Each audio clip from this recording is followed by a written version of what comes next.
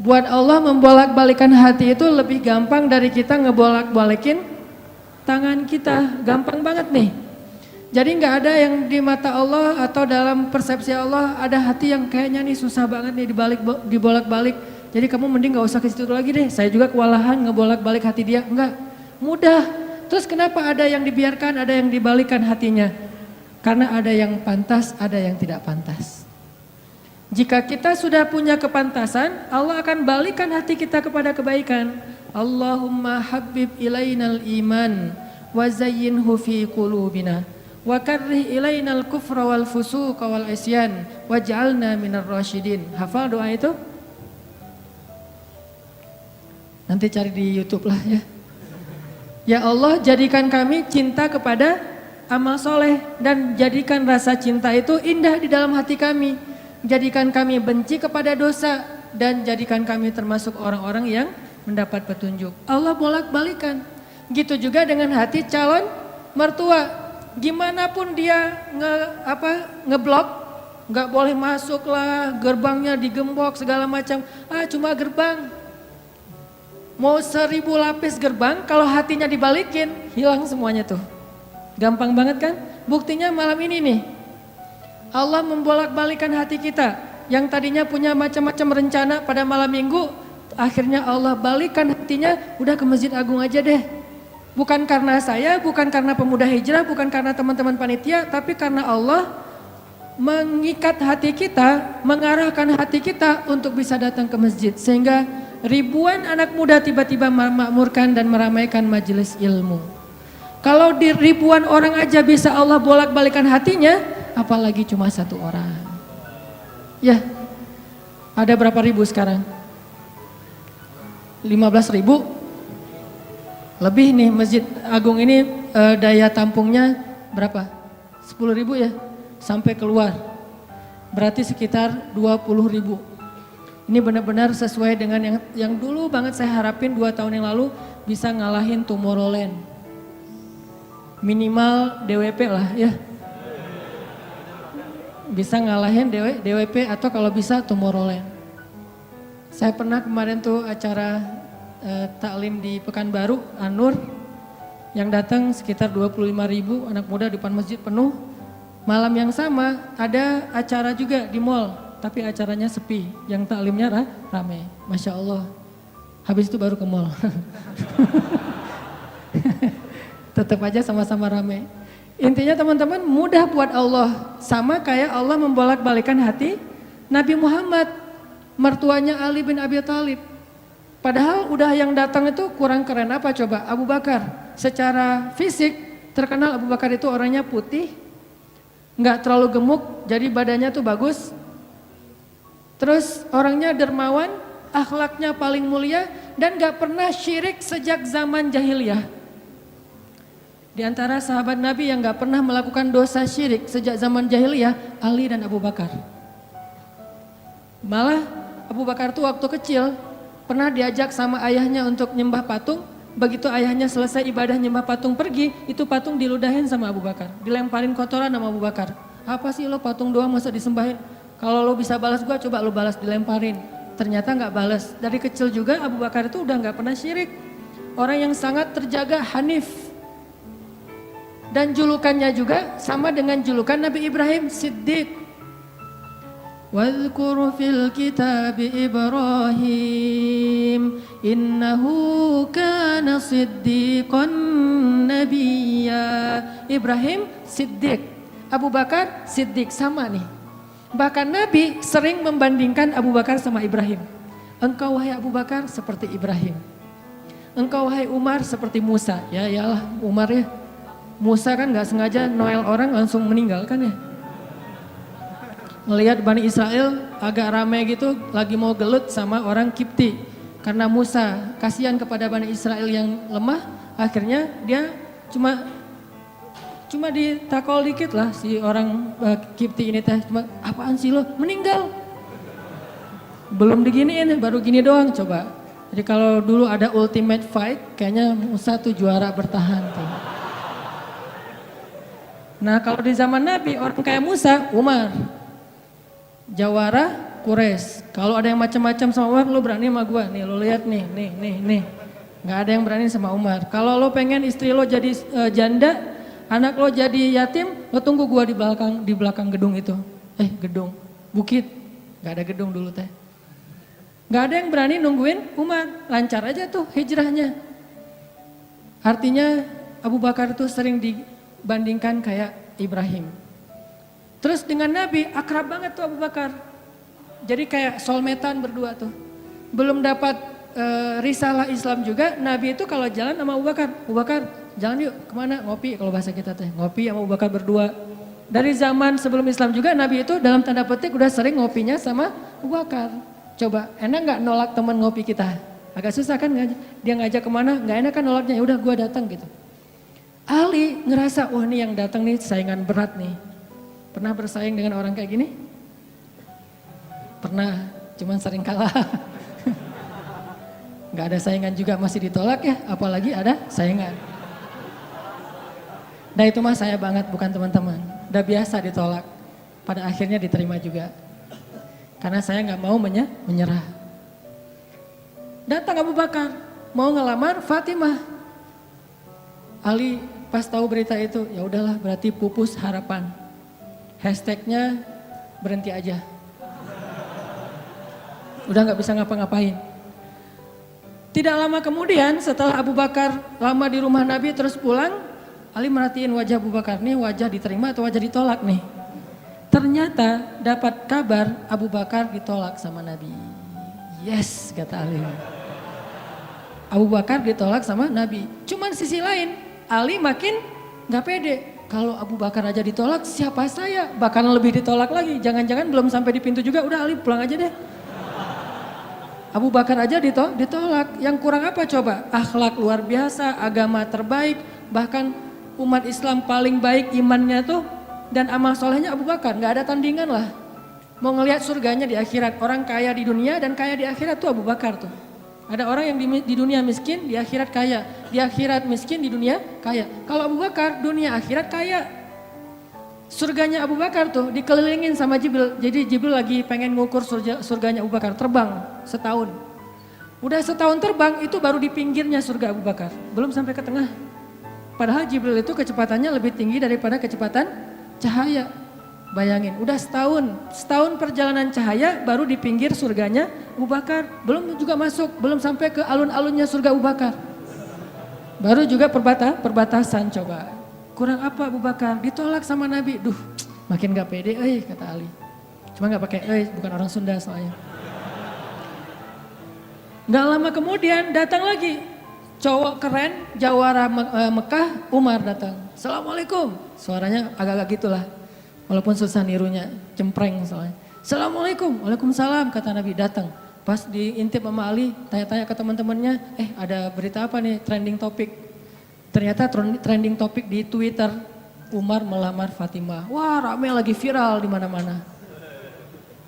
Makin, saingannya berat-berat gini gak ada yang di bawah saya gitu yang datang, biar saya agak-agak pede gitu. Ternyata Umar pulang juga ditolak lagi sama Nabi. Ali yes tapi tuh gimana ya kalau Umar aja ditolak, yang paling kuat bisa menjaga Fatimah banget kan. Kalau ada apa-apa Fatimah tenang aja ada gua. Naik motor berdua sama Umar gitu kan zaman kita mah ya.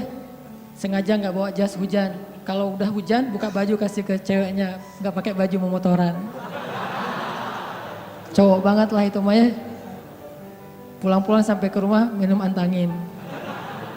Umar tuh jawaranya, Nabi kan pasti tenang banget ngasih anak ke orang kayak Umar. Keluar dia singa, di dalam dia kucing Anggora. Maksudnya apa? Dia tuh gak pernah kasar sama istrinya, walaupun dia keras kepada musuhnya. Kalau dimarahin istrinya, diem aja. Udah selesai dimarahin, udah. Ya udah pergi, nyari teman. Mau curhat habis dimarahin istri, pergi ke rumah Nabi. Pas di depan rumah Nabi kedengaran dari dalam, Nabi juga lagi dimarahin istrinya. Nabi juga diem aja. Ini teladan orang-orang soleh. Jadi yang keren tuh bukan yang gampang marahin istri, tapi yang gampang dimarahin istri. Setuju yang di atas? Cowok keren itu bukan yang gampang marahin istri, tapi yang gampang dimarahin istri. Ya mah, Di dalam rumah tuh ya mah, di luar apa lo? Tuh cowok keren tuh. Pas Nabi keluar, ada Umar. Ya Rasulullah, Umar gak mau ngebahas, gak mau komen lah. Daripada komentar di blog kan, diam aja deh gitu. Udah selesai jalan sama Umar. Umar nanya, ya Rasul saya tadi habis dimarahin istri. Mau ngajak Rasul ngopi, curhat, Nabi juga lagi dimarahin. Kata Nabi, bagaimanapun dialah yang mengurus rumah.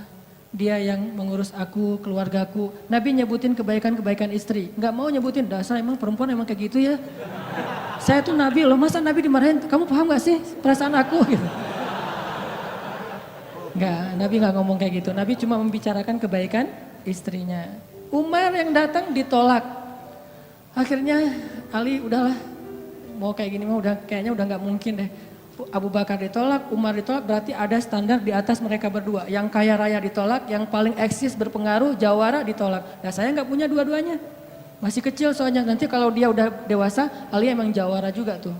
Malah gladiatornya Nabi kan, ketika orang gak berani menantang seorang musuh, Ali yang berani. Saya Rasulullah, Ali itu. Akhirnya Ali diam-diam aja, udah gak mau ngebahas lagi tentang Fatimah. Udah aja tutup bab tentang Fatimah. Sekarang yang lain aja deh. Tapi teman-temannya ngegojlokin terus. Ali. Kalau bahasa kita jomblo gitu. Dibully terus. Ustadz posting bully. Teman ngomong gak bully. Pokoknya bully nasional aja. Karena dibully-bully terus. Akhirnya Ali memberanikan diri. Ya udah datang deh bertamu. Pokoknya malam ini diterima ditolak. Walaupun kemungkinan besar ditolak. Saya harus datang dulu nih sama Nabi. Beraniin diri. Gak usah majang mikir. Datang. Assalamualaikum, waalaikumsalam. Ali masuk. Nabi kan senang banget sama Ali ya. Kesayangan Nabi banget lah pokoknya Ali itu. Duduk, ada apa Ali? Enggak, cuma pengen silaturahim. Enggak ngomong apa-apa coba. Cuma pengen silaturahim. Nabi sehat, mau diambil air hangat. Oh pokoknya gitu-gitu aja. Ali ada apa? Enggak ada apa-apa ya Rasulullah. Cuma kangen aja pengen duduk sama Nabi. Kayak gitu aja terus. Lama-lama Nabi kan paham. Dan Allah yang kasih wahyu.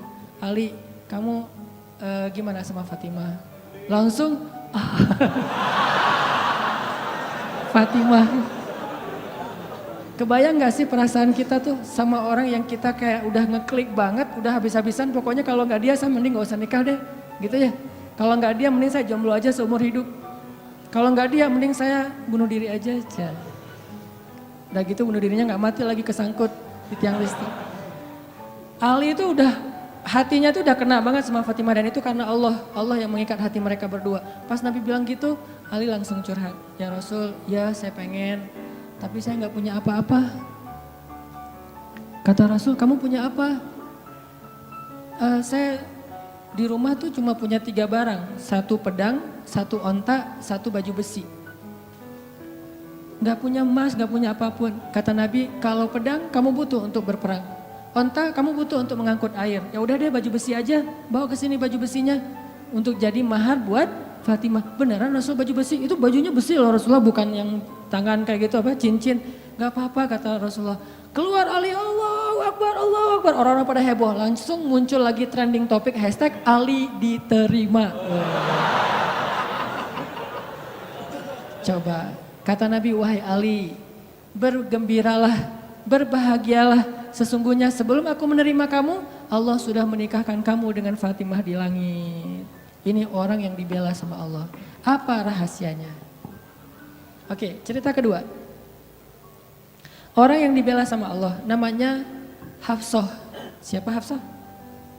Anaknya Umar. Hafsah itu artinya singa betina. Jadi bapaknya singa jantan, anaknya singa betina, sama-sama luar biasa nih. Hafsah istri Nabi, salah satu di antara istri Nabi yang solehah. Suatu hari nggak tahu gimana ceritanya, ada masalah antara Nabi dengan Hafsah. Ini nggak dibahas di dalam teks hadis apa masalahnya dan kita nggak usah kepo ya. Pokoknya ada masalah aja antara Nabi dengan Hafsah, sehingga Nabi terpaksa menceraikan Hafsah. Diceraikan Hafsah secara baik-baik, lalu Hafsah disuruh kembali, diantar kembali ke rumah orang tuanya kepada Umar bin Khattab. Baru aja Nabi pulang, Allah mengutus Jibril. Jibril datangin Muhammad. Jibril turun mengatakan, ya Rasulullah, wahai Nabi Muhammad, rujuklah Hafsah. Sesungguhnya Hafsah adalah istrimu di dunia, dan istrimu di surga. Coba bayangin. Nabi nih yang menceraikan Hafsah, tapi Allah dan Jibril ngebelain Hafsah. Berarti Allah ngebelain banget nih cewek. Cewek gimana sih kok dibelain banget sama Allah, begitu suaminya emosi, tiba-tiba nggak sengaja ngomongin, ya udah kita jalan sendiri-sendiri aja. Allah yang ngasih pertolongan, Allah yang ngebelain si cewek ini. Sehingga Allah mengutus Jibril, langsung turun Jibril buru-buru kepada Nabi Muhammad sebelum masa iddah Hafsah selesai. Lalu Jibril mengatakan, rujuklah Hafsah, sesungguhnya dia istrimu di dunia dan istrimu di surga. Akhirnya Nabi pun merujuk Hafsah. Apakah Hafsah marah-marah kepada Nabi Muhammad? Enggak. Apakah Hafsah mengutus Umar? Kan ayah tuh jawara, udah datengin dong Rasulullah tuh mencarain saya enak aja. Enggak mengandalkan makhluk sama sekali. Hafsah cuma gini, ya Allah, saya yang salah bukan Rasulullah. Tapi saya tidak bisa hidup tanpa Rasulullah, dia adalah cinta sejati saya. Allah langsung, ya benar Hafsah, udah gua turunin sih Jibril turun. Jibril turun nih coba. Ya Rasulullah, rujuk Hafsah, dirujuk. Apa rahasia orang cewek sekeren Hafsah sampai dibelain dari langit ketika dia bercerai sama suaminya? Kisah yang ketiga, cewek juga dibelain sama Allah sampai turun ayat. Kalau tadi dua cerita tidak turun ayat, cuman ilham atau wahyu dalam bentuk isyarat. Kalau sekarang sampai turun ayat loh. Yang ada di dalam surat Curhat. Teman-teman tahu surat Curhat? Surat Al-Mujadalah. Kan terjemahan dari Mujadalah curhat kan ya? Jadi kalau kita pengen lihat curhat itu juga ada di dalam Al-Quran. Bahkan jadi nama surat Curhat. Al-Mujadalah atau Al-Mujadilah. Siapa yang dikisahkan di dalam surat itu? Coba teman-teman buka surat Al-Mujadalah, surat 58 ayat 1. Yang punya aplikasi Al-Quran di handphonenya, coba buka surat 58 ayat 1, Al-Mujadalah. Kita lihat nih, gimana Allah ngebelain seorang cewek yang disebut di dalam ayat itu. Saya bacain ya. A'udzu billahi minasy syaithanir rajim. Yuk, bareng-bareng.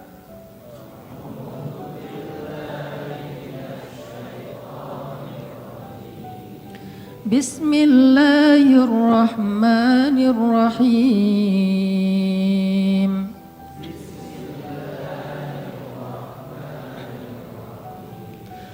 Qad sami'a Allahu qawla allati tujadiluka fi zawjiha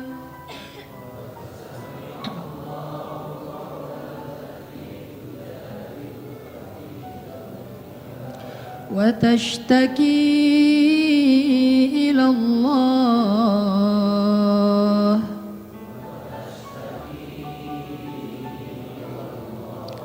والله يسمع تحاوركما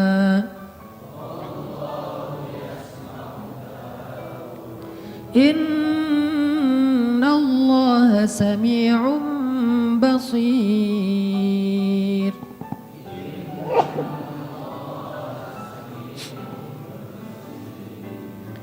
Sungguh Allah telah mendengar ucapan seorang perempuan yang meminta nasihatmu tentang suaminya. Dan dia curhat kepada Allah. Dan Allah mendengar percakapan kalian berdua. Sesungguhnya Allah maha mendengar, lagi maha melihat. Siapa cewek ini? Namanya Khawlah bintu Tha'labah. Namanya Khawlah, catat tuh. Biar kita kalau ngegosip, gosipnya tentang sahabat. Siapa istri Nabi ini gosip ya? Tapi gosip yang benar. Siapa istri Nabi yang pintar masak? Jarang dengar kan? Istri Nabi yang pintar masak namanya Zainab. Ummu Salamah. Istri Nabi yang pintar masak namanya Ummu Salamah. Kalau di zaman kita mah jadi Ummu Salamah Cake, punya brand. Pokoknya kalau Ummu Salamah udah masak, Nabi tuh senang banget. Masakan kesukaan Nabi tuh dimasakin sama Ummu Salamah. Nah sekarang kita ngebahas cewek lain nih yang dibela sama Allah pas dia lagi ada masalah dengan suaminya, namanya Khawlah bintu Tha'labah. Apa yang terjadi? Khawlah tuh diuji dengan punya suami pemarah. Orangnya tuh gampang bete, gampang marah-marah. Pokoknya kalau udah jalan sama suaminya, di jalan dia marah-marah aja. Sama supir angkot marah, sama motor marah, marah aja kerjaannya. Dasar nih orang gak bisa nyetir, dasar nih angkot, dasar. Kerjaannya marah-marah. Dan kalau istrinya salah dikit, dimarahin sama suaminya. Sampai suatu saat, saking suaminya ini udah marah dan emosi banget, suaminya pun menzihar khaulah. Apa menzihar? Menzihar itu menyebutkan istri seolah-olah jadi ibu sehingga dia menjadi haram buat suaminya, kayak ditalak 3 gitu. Kamu buat saya seperti ibu saya, berarti udah nggak bisa lagi jadi suami istri, udah jadi kayak ibu dan anak. Itu tradisi Arab jahiliyah. Nah gara-gara dia dizihar sama suaminya, dia kan bingung. Terus kalau saya udah digituin, apakah saya masih boleh serumah sama suami saya? Masih boleh tidur bareng dengan suami saya? Kan bingung nih. Minta nasihat dan fatwa kepada kiainya. Waktu itu adalah Rasulullah SAW. Datang nih khaulah ke Nabi dalam wajah yang sedih. Baru dizihar, ditalak 3 sama suaminya, dia datang, ya Rasulullah. Apa hukum seorang suami yang mengatakan kepada istrinya, engkau bagiku seperti punggung ibuku. Artinya udah gak halal lagi. Nabi mengatakan kalau gitu engkau wahai khaulah sudah cerai dengan suamimu. Udah gak bisa lagi bareng. Bersabar wahai khaulah. Akhirnya khaulah pun pulang dalam keadaan sedih. Dia curhat kepada Allah, ya Allah. Memang suami saya itu banyak salahnya. Memang suami saya itu pemarah. Tetapi dialah cinta pertama saya. Coba. Ketulusan cinta cewek. Dialah cinta pertama saya. Dan dia gimana bisa hidup, siapa yang akan ngerawat dia? Kalau dia menceraikan saya, selama ini yang ngerawat dia cuma saya. Ya Allah bagaimana ini? Watashtaki ilallah. Minta nasihat kepada manusia, tapi curhat kepada Allah. Itu ayatnya tuh. Tujadiluka watashtaki ilallah. Dia minta fatwanya kepada kamu Muhammad, tapi curhatnya kepada Allah. Jangan terlalu sering curhat kepada manusia. Bahaya. Apalagi dua-duanya masih jomblo. Kita curhat ke teman kita, gue lagi kecengin cewek nih. Kayaknya soleha banget, hafal juz 30. Oh gitu? Ya. Anak mana? Ya sekampus sama kita, namanya si Fulan dan seterusnya disebutin identitasnya, CV-nya udah lengkap. Ternyata dia duluan yang maju. Ditikung di tengah jalan, kan itu berat banget ya. Gara-gara apa? Kok dia tahu tentang cewek itu? Gara-gara curhat kita. Allah tidak pernah menikung hambanya. Hamba sesama hamba saling menikung. Muncullah adegan nanti datang di acara wedding mantan. Udah gitu nyanyi kayak gitu yang baper-baperan gitu ya. Nangis berjamaah. Ini karena sering curhat kepada manusia. Manusia juga kadang-kadang nyebelin. Kita curhatnya sedikit baru opening, dia udah balas curhat lebih banyak lagi. Gua habis diputusin, caranya nggak enak lagi tuh. Gimana nggak enak? Dia cuma ngomong gini, kita jadi adik kakak aja ya.